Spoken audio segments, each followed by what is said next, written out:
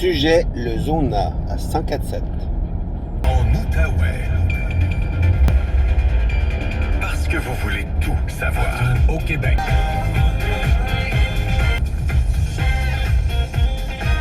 C'est l'heure de notre capsule santé. Bienvenue à cette deuxième heure d'émission. Joanne, une auditrice, nous a écrit il y a quelques jours.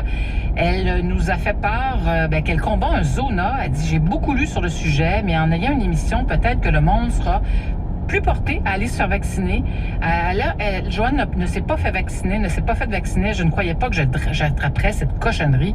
Alors, on exauce, c'est-à-dire votre vœu aujourd'hui, Joanne, et on parle du zona, qui est une maladie qui est difficile, dont on entend de plus en plus parler avec la promotion du vaccin. Et notre ami Benoît Morin est là avec nous pour nous parler de cette maladie, qui est Benoît, président de l'Association québécoise des pharmaciens propriétaires, qui est aussi lui-même pharmacien propriétaire. Allô, Benoît?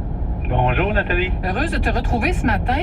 Isabelle me disait que dans ses recherches, elle a découvert qu'il y a jusqu'à une personne sur 3 qui aura, au cours de sa vie, un épisode de zona. Mais c'est énorme!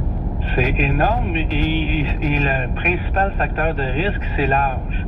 Donc, plus on avance en âge, plus on a des chances d'avoir un zona et plus on a des chances d'avoir des complications suite au zona, parce que la majorité des gens vont en guérir, évidemment, mais il y a des complications et c'est ça qu'on cherche à prévenir beaucoup avec la vaccination. Et le meilleur moyen, le plus efficace de prévenir le zona, évidemment, c'est avec la vaccination qui est très, très efficace en passant. Premièrement, avant de parler de la vaccination, qu'est-ce que c'est exactement le zona? De quelle maladie il s'agit? Pourquoi on se retrouve un jour avec le zona? On va commencer par la première question, répondre à la première question. C'est quoi le zona? Simplement, c'est le virus de la varicelle. On a fait la varicelle étant plus jeune. Il y a eu des virus qui se sont cachés sur des ganglions d'un nerf sensitif qu'on appelle, les nerfs qui sont responsables de nos sensations. Donc, ils se cachent dans ce ganglion-là. Et lorsque notre immunité baisse, soit avec l'âge ou soit qu'on a d'autres virus ou d'autres problèmes de santé, il va ressortir puis il va venir infecter le nerf de ce ganglion-là ou quelques nerfs autour. Et là, ça va couvrir ce qu'on appelle un dermatome, c'est-à-dire toute la région innervée par le nerf. Et souvent, ça va être dans la région thoracique et ça va être seulement d'un côté de la colonne vertébrale parce que ça touche pas les deux nerfs, ça touche un nerf, soit le droit ou le gauche, et ça va suivre ce chemin-là. Et souvent, ça va faire une ceinture de feu là, à droite ou à gauche sur les côtes et ça va donner des vésicules. Il y a du liquide, ça va être rouge, ça va être inflammé, ça va finir par sécher, faire des croûtes et ça va laisser des lésions là, croûtées comme ça et ça va finir éventuellement par guérir. Le problème, c'est que la douleur peut persister, ça peut affecter le nerf sensitif et on demeure avec des sensations douloureuses, même si l'infection est partie, si elle est contrôlée, si elle est gérée, ça reste douloureux. Et ça, c'est de la complication qui augmente avec l'âge. On a plus de risques aussi d'avoir des zonas ophtalmiques, c'est-à-dire que ça couvre le nerf qui vient innerver l'œil aussi, donc ça peut affecter l'œil. C'est moins fréquent, mais c'est quand même assez fréquent. Et là, il y a des risques de complications à l'œil, évidemment. Donc, on veut éviter toutes ces complications-là. Et évidemment, plus on est âgé, plus on est à risque de complications, plus on est à risque de faire des douleurs persistantes et plus ça risque d'affecter notre santé générale aussi. Quand tu dis, Benoît, que dans le fond, c'est un virus, c'est le virus de la varicelle qui est réactivé, donc qui est en dormance, tu expliquais ça le long du nerf, mais qu'est-ce qui explique qu'à un moment donné, il se réveille? Moi, j'ai toujours pensé qu'on m'a toujours dit que le zona, c'est un mélange de stress et d'énorme fatigue qui pouvait provoquer la réactivation du virus. Est-ce que c'est le cas?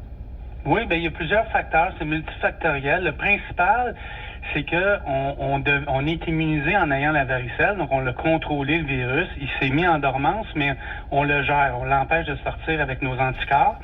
Mais avec l'âge, cette immunité-là diminue parce qu'on n'est pas sensibilisé, on n'a plus le virus, les anticorps finissent par oublier, la mémoire immunitaire finit par s'estomper, et c'est pour ça que les risques augmentent avec l'âge, c'est ça fait plus longtemps qu'on est en contact avec le virus.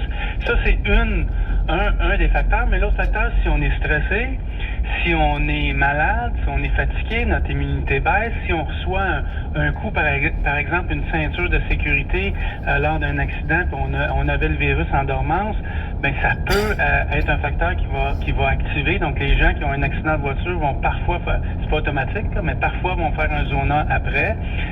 Et multifactoriel, le principal, c'est l'âge, donc c'est le nombre d'années depuis que j'ai fait la varicelle qui va faire en sorte que mon immunité baisse. Mais en même temps, avec l'âge, j'ai une baisse générale de mon immunité, de mon système immunitaire. Donc, c'est tous des facteurs qui, additionnés un sur l'autre, vont faire en sorte que je vais faire un zona, et là, mon immunité va remonter. Je vais remonter des anticorps, je vais venir contrôler la maladie.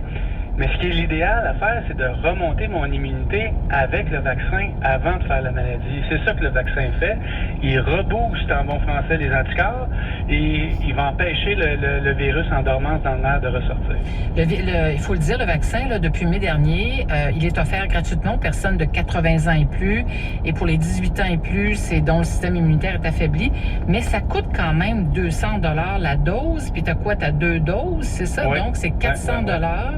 Ouais. Puis ça dure combien de temps, la durée du vaccin? C'est combien de temps? Bon, on peut confirmer 10 ans parce que ça fait pas non plus énormément d'années qu'il existe. Donc, c'est 10 ans. Il y a une bonne protection immunitaire. On avait un autre vaccin avant là, qui était utilisé depuis plusieurs années. On l'utilise plus. Maintenant, c'est le Shingrix qui est plus efficace. Il est efficace à 97% pour prévenir la maladie, mais aussi à 90% pour prévenir des complications. Donc, même si je fais la maladie et j'ai eu le vaccin, ça va se passer beaucoup mieux. Puis pour 10 ans, là, la protection, elle est excellente. On va continuer à suivre ça. Si jamais l'immunité baissait, ben probablement qu'il y aurait éventuellement une dose de rappel, une 3e dose, mais pour le moment, il n'est pas question de ça. Donc, avec les 2 premières doses qui se donnent entre 2 et 12 mois d'intervalle à peu près, là, ça donne l'immunité nécessaire pour au moins couvrir 10 ans et probablement plus. Avant de lire les commentaires des auditeurs, parce qu'il y a beaucoup de questions pour toi, est-ce qu'on peut attraper plus qu'une fois le zona dans sa vie? Oui, 5, dépendamment de la condition de santé, là, ceux qui ont un système immunitaire moins fort, c'est plus élevé, mais pour une personne normale, là, il y a environ 5% des gens qui vont faire une récidive de zona. Ceci étant dit, les gens confondent souvent zona et autre chose, ou l'herpès ou d'autres problèmes cutanés. Des fois, c'est difficile de faire la distinction entre les deux. C'est le médecin ou le dermatologue qui peut le faire. Mais statistiquement, là, c'est à peu près 5% des gens qui vont refaire un zona.